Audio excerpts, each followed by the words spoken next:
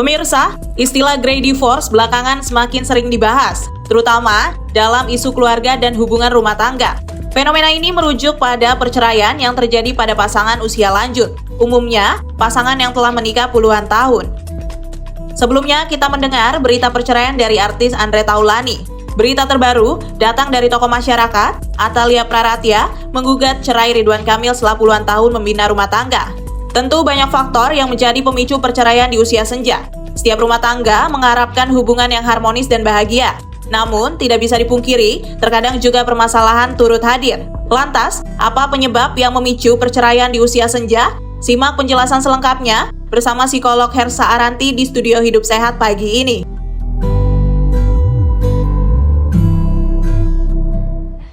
Halo, selamat pagi pemirsa Hidup Sehat. Kembali lagi bersama dengan saya Syahda Yostiza. Nah, kita tadi sudah sama-sama menyaksikan video pengantar sesuai dengan tema kita yang akan kita bahas pada hari ini. Dan seperti yang kita tahu, belakangan ini banyak sekali tokoh publik ataupun public figure ini mengalami perceraian di usia senja pernikahan mereka. Tema kita kali ini yang kita akan bahas adalah maraknya perceraian di usia pernikahan yang sudah senja. Kira-kira apa penyebabnya ya?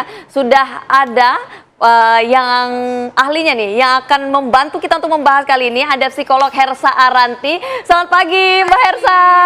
Gimana kabarnya, sehat? Sehat alhamdulillah. Luar biasa. Nah, pemirsa juga kalau ingin bertanya kepada kami bisa langsung mengunjungi laman Instagram Hidup Sehat TV One. Nanti bisa langsung ditanyakan kepada Mbak Hersa. Nanti Mbak Hersa juga langsung jawab di studio ini. Oke deh, Mbak Hersa, balik lagi ke tema kita tadi. Kan tidak disangka-sangka ya, banyak sekali perceraian di usia senja. Mungkin kita berangkat dulu dari fakta atau mitos. Nah, kenapa nih usia pernikahan yang sudah puluhan tahun ini tidak menjamin kebahagiaan? Banyak yang memilih untuk berpisah di usia senja karena ada luka lama yang terpendam, perubahan prioritas hidup, dan juga tidak lagi memiliki kepuasan emosional. Ini fakta atau mitos, Mbak Hersa? Ya, ini sebenarnya fakta ya. Kenapa kalau boleh tahu? Yes, dimana sebenarnya gini, individu yang berusia senja itu sedang menghadapi banyak perubahan di dalam dinamika kehidupannya gitu, dimana yang sebelumnya misalnya bekerja ini jadi tidak bekerja gitu ya, kemudian yang sebelumnya punya aktivitas masing-masing, ketemu sama pasangan itu hanya di malam hari, mungkin ini jadinya 24/7 gitu, dan ada anak yang akhirnya harus mandiri atau mungkin sudah keluar dari rumah gitu, sehingga perubahan-perubahan ini yang banyak terjadi, dan saat perubahan ini tidak diiringi gitu dengan komunikasi yang terbuka, yang sehat, tidak diiringi juga dengan pembuatan keputusan mengenai adjustment apa sih yang perlu dilakukan gitu untuk menghadapi perubahan ini dengan baik, akhirnya mulai timbul banyak konflik gitu, banyak konflik, ada juga misalnya kebutuhan yang tidak terpenuhi, dan dari sini biasanya akhirnya merupakan awal gitu ya dari terbukanya jalan menuju opsi perceraian. Tapi kan situasi-situasi seperti itu kan bukankah misalnya sering terjadi di dalam hubungan gitu? Ini tidak sekali gitu, dan biasanya kan bisa diselesaikan dengan komunikasi. Nah, kenapa kemudian ini menjadi titik balik akhirnya orang memutuskan bercerai di usia senja? Ya, jadi sebenarnya ini biasanya masalah yang terakumulasi gitu, di mana hubungan antara suami istri biasanya kan pasti ada permasalahan gitu ya. Dan saat ada permasalahan ini tidak semua dan tidak jarang gitu ya orang yang akhirnya bukannya menyelesaikan permasalahan itu hingga akar permasalahannya, kadang misalnya didiskusikan jadinya berantem terus gitu ya. Sebenarnya kan seharusnya mungkin pergi ke profesional untuk couple counseling misalnya, didiskusikan dengan ada pihak yang lebih netral gitu. Tapi saat itu tidak terjadi, biasanya pasangan itu akhirnya mencari alasan untuk bertahan. Contohnya bertahan untuk anak gitu kan, supaya anak sampai gede dulu deh, sampai mandiri dulu. Atau bertahan agar kebutuhan finansialnya terpenuhi misalnya. Tapi alasan-alasan seperti ini kan bukan alasan yang akhirnya bisa selamanya gitu ya. Alasan yang suatu saat bisa jadi runtuh sedikit demi sedikit gitu. Anak ya akan pergi dari rumah gitu. Kemudian pemasukan mungkin ujung-ujungnya bisa berkurang. Jadi akhirnya bertahan untuk alasan yang temporary gitu kan ya. Saat alasan-alasan ini sudah tidak ada lagi, dan adanya tadi permasalahan yang sebenarnya belum selesai, komunikasi yang tidak sehat, itu yang terakumulasi, di mana emosi makin lama kan makin menumpuk gitu ya, hingga akhirnya biasanya ada titik jenuhnya juga gitu. Oke siap Mbak Hersa. Nah setelah ini kita ada fakta mitos lagi nih Mbak Hersa. Bener gak sih kalau misalnya hubungan ini terjadi banyak orang di usia senja ini lebih mengutamakan kebahagiaan kepribadi atau enggak kesehatan mental mereka tuh daripada mempertahankan pernikahan mereka yang dianggap tidak sehat selama ini. Ya. Ini bagaimana, fakta atau mitos? Ini di tengah-tengah nih fakta atau mitos gitu ya, karena sebenarnya yang lebih tepat adalah individu di usia senja itu biasanya mencari makna gitu. Dalam melakukan aktivitas, dalam membuat keputusan, biasanya selalu yang ada artinya dan berkaitan dengan value yang masing-masing punya. Misalnya memvalue hubungan dengan orang lain, akhirnya jadi sering ikut reuni, contohnya gitu ya. Memvalue anak, sehingga akhirnya anak meskipun udah jauh ditelepon gitu kan, ditanyakan kabarnya dan sebagainya. Nah, saat pernikahan itu sudah tidak ada lagi maknanya gitu kan, buat apa sih akhirnya ada di sini kok tidak saling mengasihi, misalnya saya juga nggak take care of suami atau istri, masing-masing punya aktivitas, jadi kan terasa kosong dan terasa hampa gitu ya. Nah, saat pernikahan itu sendiri akhirnya kehilangan makna, di situ mulai akhirnya timbul pertanyaan nih, apakah saya harus stay atau enggak, karena kok ternyata kayak nggak ada artinya gitu ya pernikahan, biasanya itu yang terjadi gitu. Nah, ini kenapa ya bisa sampai puluhan tahun baru akhirnya menyadari kalau misalnya ada problem, ada akar masalah yang belum terselesaikan. Nah, kita akan bahas ini lebih dalam usai jeda Mbak Hersa ya. Oke, jangan kemana-mana pemirsa, tetap di Hidup Sehat. Baik pemirsa, terima kasih Anda masih bersama kami. Tadi kita udah sama-sama menyaksikan VT-nya ya nih Mbak Hersa, gimana ternyata bertengkar dengan pasangan ini memiliki dampak yang tidak baik bagi hubungan. Nah, ini juga terkait dengan pertanyaan di segmen sebelumnya nih Mbak Hersa, ini kenapa mereka baru sadar? Nah, kebetulan ini juga ada fakta mitosnya nih Mbak Hersa. Ini kenapa ya setelah anak beranjak dewasa dan kemudian meninggalkan rumah, banyak sekali pasangan yang menyadari bahwa satu-satunya hubungan atau ikatan yang tersisa ini adalah anaknya. Jadi sehingga bertahan selama ini sama anaknya, ini alasannya hanyalah karena anak yang masih membutuhkan bimbingan. Nah, ini fakta atau mitos?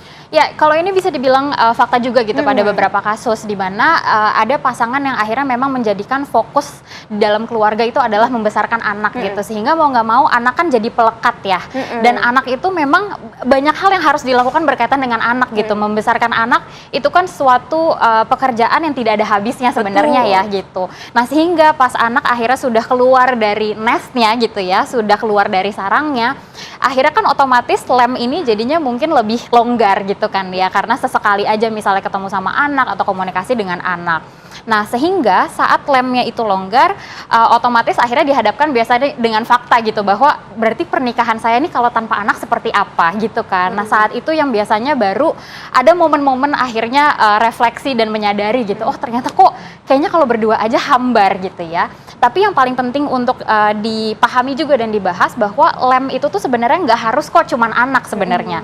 Lem itu tuh bisa dicari gitu dengan misalnya mencari rutinitas bersama gitu, quality time, ngobrol gitu kan ya, berbicara terbuka, komunikasi yang hangat, membangun intimasi. Jadi bagi pasangan yang sebenarnya merasa lemnya kok sudah agak nggak ada nih, sudah kendor gitu ya, nah itu adalah indikator bahwa penting langsung mencari lem-lem lain gitu, supaya akhirnya pernikahannya tetap rekat. Nah, ini pertanyaannya bagaimana kemudian kita mencari lem-lem itu di dalam hubungan itu. Kadang kita mungkin udah mencoba ngobrol sama pasangan kita, kemudian juga melakukan rutinitas bareng, tapi ternyata tetap aja nggak sama nih antara saya bisa dengan pasangan saya. Nah, itu gimana nih Kak Hersa?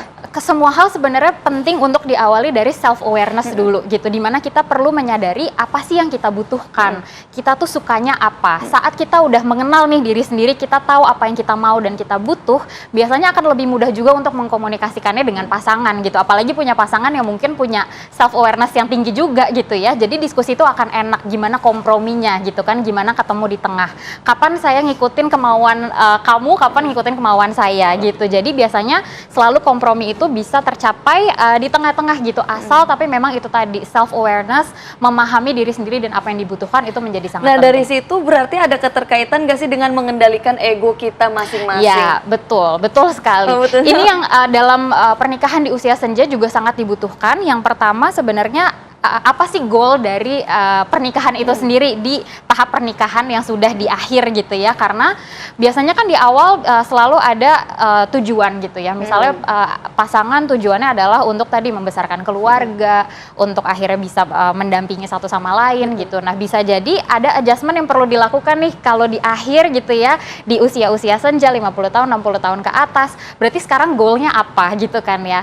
Saat akhirnya udah tahu goalnya, kita jadi akhirnya bisa tahu juga juga gimana mensiasati untuk akhirnya mencapai goal bersama itu gitu. Nah Mbak Hersa, ini kan seperti yang kita tahu, kadang kondisi fisik kita dengan pasangan atau satu sama lain, makin lama kita makin tua. Bisa jadi salah satu dari lain pihak kondisinya bisa turun kesehatannya. Nah ini apakah ini bisa memicu kesejahteraan atau kemelekatan hubungan di antara kita sama pasangan kita? Tapi jangan dijawab dulu ya Mbak Hersa, ini menarik sekali. Jangan kemana-mana pemirsa, Hidup Sehat akan kembali usai jeda. Ya pemirsa, kali ini kita akan menjawab sejumlah pertanyaan dari netizen nih yang udah kita kumpulin, udah kita rangkum dari Instagram Hidup Sehat TV One. Nah ini Mbak Hersa, udah ada di belakang kita nih, mungkin aku bacain dulu ya. Ada dari pertama siapa nih? Dimas Kudaberg. Wih, bule atau bukan ya ini ya? Pagi Dok, izin bertanya, ciri atau tanda-tanda serius yang menunjukkan pernikahan harus diakhiri itu seperti apa ya? Wah. Terus yang kedua dari Fadil_Rel. Pagi Dok, izin bertanya, kenapa ya kalau perceraian itu jarang sekali kedua belah pihak baik suami istri itu tidak bisa diselesaikan secara baik-baik, terutama tentang hak asuh anak. Nah ini bagaimana caranya agar sama dua gitu Dok, agar tidak dimiliki oleh satu pihak aja. Yang ketiga dari Gita Marinda Putri 2711995. Selamat pagi, kalau menurutku capek urusin suami dan anak-anak, tapi dia pernah bilang aku selingkuh Dok, terima kasih, emojinya banyak. Oke, boleh Kak Hersa dijawab. Ya, menjawab pertanyaan yang pertama dulu ya, apa sih ciri dan tanda-tanda serius yang menunjukkan pernikahan harus diakhiri? Dari sudut pandang psikologi, pada dasarnya setiap pernikahan itu pasti ada cara gitu untuk akhirnya menyelesaikan isu-isu yang dimiliki gitu. Sehingga yang pertama penting untuk disoroti adalah apa saja sih langkah yang sudah diambil gitu ya untuk menyelesaikan masalah tersebut gitu. Nah, sehingga contohnya ada pasangan menikah yang akhirnya ke psikolog, contohnya ke profesional atau mungkin ke tokoh agama yang dipercaya gitu ya untuk akhirnya mendapatkan bantuan gitu untuk menyelesaikan permasalahannya. Nah, saat sudah mendapatkan banyak bantuan, mencari pertolongan dari profesional dan orang-orang yang sebenarnya dianggap relevan gitu ya dan bisa menolong, tapi ternyata tidak juga kunjung ditemukan caranya gitu ya, tidak juga ditemukan solusinya. Nah ini biasanya tanda apakah memang tidak bisa ditemukan titik tengahnya gitu. Dan juga utamanya kalau sudah membahayakan sih secara fisik dan secara mental ya, karena di dalam pernikahan juga kan bisa terjadi misalnya contohnya kekerasan gitu kan. Nah saat itu sudah terjadi sebenarnya tidak ada hubungan yang worth it gitu untuk akhirnya ditukar dengan keselamatan kita sendiri sih. Betul. Gitu.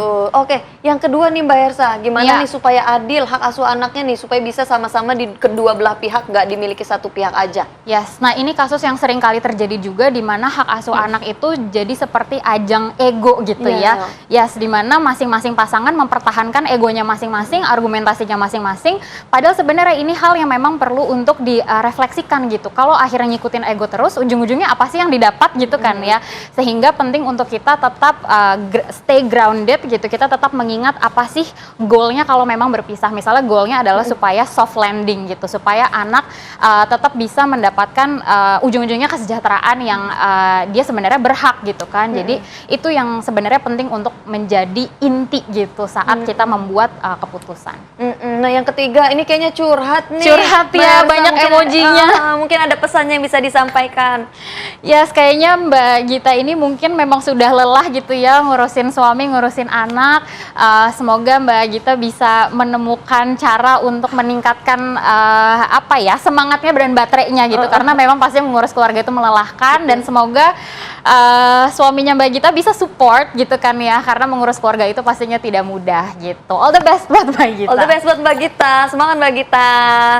Oke, kita udah selesai jawab pertanyaan Instagram. Nah Mbak Hersa, balik lagi ke pertanyaan tadi yang kepotong sama jeda. Nah kan kita tahu bahwa kondisi kesehatan kita seiring bertambah usia bisa menurun. Dan ini mempengaruhi hubungan atau memicu harmonisasi dari hubungan kita sebagai pasangan. Ini bagaimana penjelasannya? Yes, jadi tentunya perubahan fisik itu kan pasti berpengaruh pada aktivitas sehari-hari juga ya. Misalnya pasangan yang memang hobi untuk jalan pagi gitu ya, tapi karena ada perubahan fisik jadinya ada yang nggak bisa nih gitu kan. Sesimpel itu aja sebenarnya akhirnya ada tentunya dinamika perubahan yang terjadi. Nah saat balik lagi perubahan ini tidak diikuti dengan yang pertama sih mendengarkan ya menurunkan ego untuk mendengarkan dan menyesuaikan diri gitu dengan kapasitas pasangan. Kemudian adanya diskusi tentang oke, berarti rutinitas baru apa nih yang perlu kita lakukan, perlu kita adjust dan menyesuaikan dengan kondisi terbaru gitu kan. Itu yang akhirnya penting untuk dibahas supaya tetap ada pelekatnya itu tadi, tetap ada rutinitas yang quality time gitu antara pasangan suami istri. Tapi kan Dok, kadang lucunya pasangan tuh suka kayak gini, kamu nih berubah kayak gitu. Nah itu gimana nih supaya menghindari pertengkaran seperti itu? Betul. Nah memang balik lagi ya, ini penting untuk dilihat berubahnya ini sesuatu yang sebenarnya dia inginkan atau tidak gitu kan betul. ya. Ada perubahan-perubahan yang memang nggak bisa dikontrol sehingga kita jangan sampai juga menuntut pasangan untuk sesuatu yang dia tidak bisa lakukan juga. Oke, terakhir nih Mbak Ersa, mungkin kita bisa minta tips bagaimana supaya terhindar dari perceraian dalam pernikahan, khususnya yang jangan sampai ya sudah berkepanjangan kemudian bercerai itu kan sayang sekali. Ada tipsnya mungkin Mbak Ersa? Pertama sebenarnya menyadari segala perubahan yang terjadi di dalam dinamika rumah tangga gitu. Perubahan apapun itu penting untuk kita peka terhadapnya supaya kita akhirnya bisa mengambil langkah antisipatif juga dengan perubahan ini, apa sih yang perlu kita adjust gitu kan ya. Kemudian yang kedua membangun makna baru juga, makna baru di dalam pernikahan. Karena tiap titik pernikahan itu biasanya bisa punya tujuan yang berbeda-beda gitu kan ya. Dan di usia misalnya senja itu kira-kira apa nih tujuan yang bareng-bareng bisa dicapai, misalnya menjadi teman hidup satu sama lain gitu ya, menjadi teman ngobrol yang hangat satu sama lain. Ini menjadi penting agar pernikahan itu juga akhirnya bermakna dan memiliki arti yang dalam gitu ya, arti yang positif sehingga itu yang bisa mempertahankan hubungan gitu. Oke, terima kasih banyak Mbak Hersa atas penjelasannya, luar biasa sekali. Semoga ini juga menjadi PR-PR tersendiri bagi pasangan-pasangan di luar sana untuk terus mendekatkan kedekatan emosional ya, lemnya tadi ya. Highlightnya lemnya tadi harus terus dicari. Nah itu tadi dia diskusi kita pemirsa mengenai tema kita pada hari ini, luar biasa. Terima kasih banyak Mbak Hersa atas segala insight yang sangat bermanfaat, dan tentunya nanti Hidup Sehat akan terus kembali untuk menyampaikan segudang informasi kesehatan lainnya pemirsa, Senin sampai Jumat pukul 8.30 waktu Indonesia Barat. Saya Syahda Yostiza, mewakili kru yang bertugas pamit undur diri dari hadapan Anda. Selamat pagi dan Indonesia hidup sehat. Hidup sehat.